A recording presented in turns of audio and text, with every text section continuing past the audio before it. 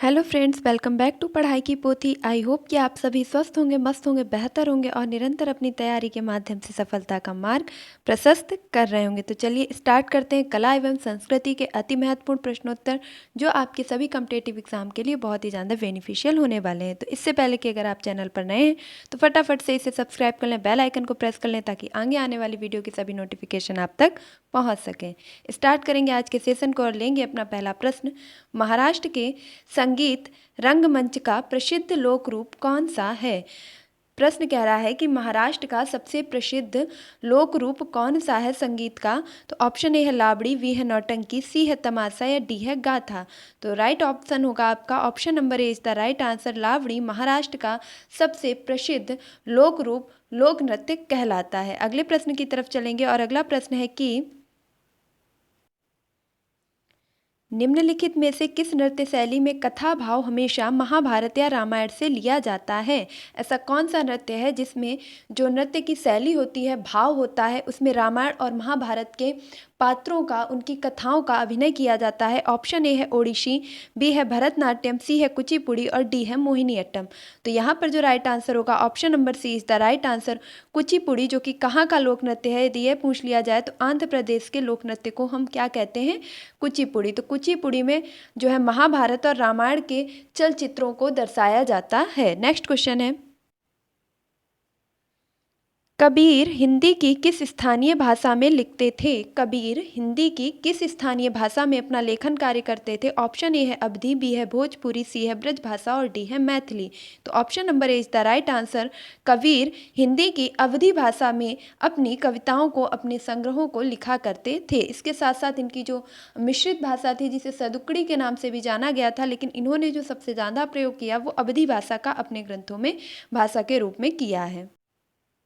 Next question है, सितार और वीणा पर बजाए गए एक ही स्वर में किस में अंतर होता है? यदि सितार या वीणा दोनों हम बजाएं और एक ही स्वर यदि निकालें तो उनमें अंतर किस चीज़ में होगा? ऑप्शन ए है तारत्व में होगा, बी है गुणता में होगा, सी है तारत्व और गुणता में होगा, डी है इनमें से किसी में नहीं होगा। तो यहाँ पर जो राइट आंसर होगा option number B is the right answer. इनकी गुणता में अंतर देखने को मिलेगा। एक ही स्थान पर लगने वाले दो महाकुंभ मेलों के बीच में कितना अंतराल होता है? एक ही स्थान पर, यानी कि अगर अभी किसी जगह पर कुंभ मेला लगा है तो फिर से लौट करके उसी समय पर कुंभ मेला कब लगेगा, उसके बीच में कितनी गैपिंग होगी? ऑप्शन ए है 6 वर्ष, बी है 10 वर्ष, सी है 12 वर्ष या डी है 15 वर्ष। तो एक कुंभ मेले के बाद जब उसी स्थान पर दूसरा कुंभ मेला लगता है तो उसके बीच में कुल 12 वर्ष का अंतराल होता है। Option number C is the right answer. Next question देखेंगे और अगला प्रश्न है कि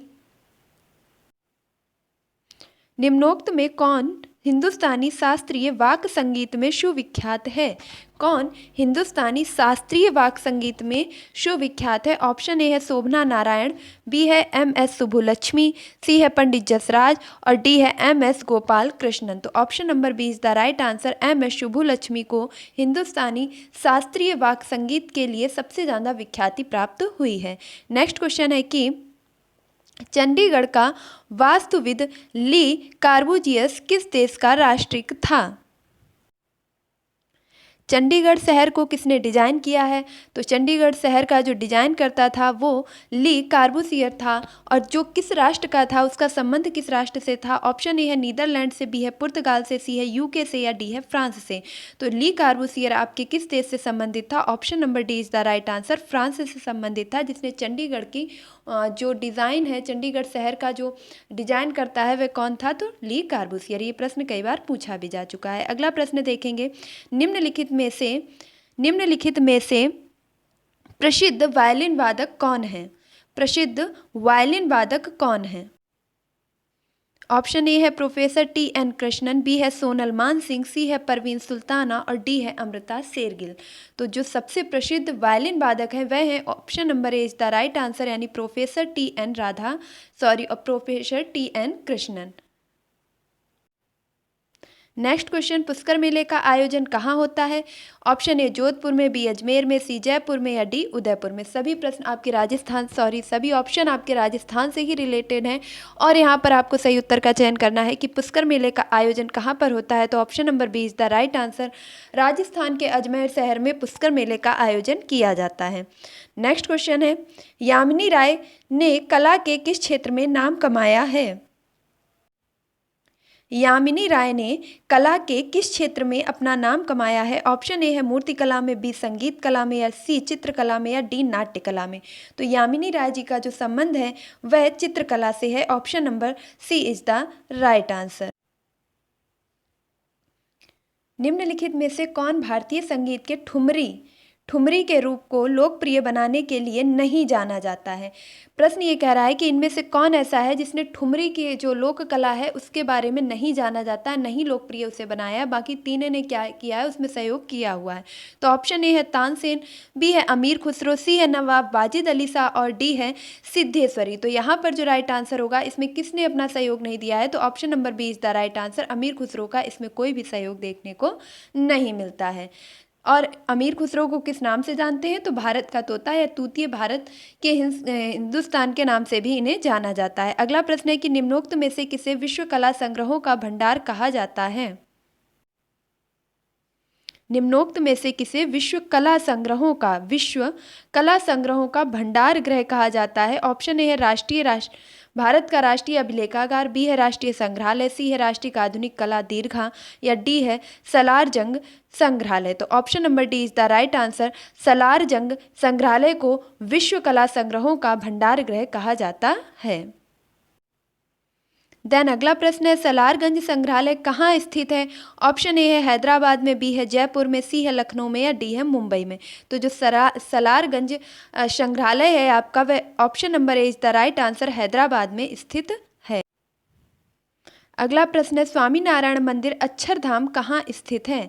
स्वामीनारायण मंदिर अक्षरधाम कहाँ स्थित है? ऑप्शन ए है द्वारका गुजरात में, बी पुरी उड़ीसा में, सी मथुरा उत्तर प्रदेश में या डी गुजरात गांधीनगर में। तो option number D is the right answer, D यानी कि गांधीनगर गुजरात में आपके स्वामीनारायण और अक्षरधाम मंदिर स्थित है।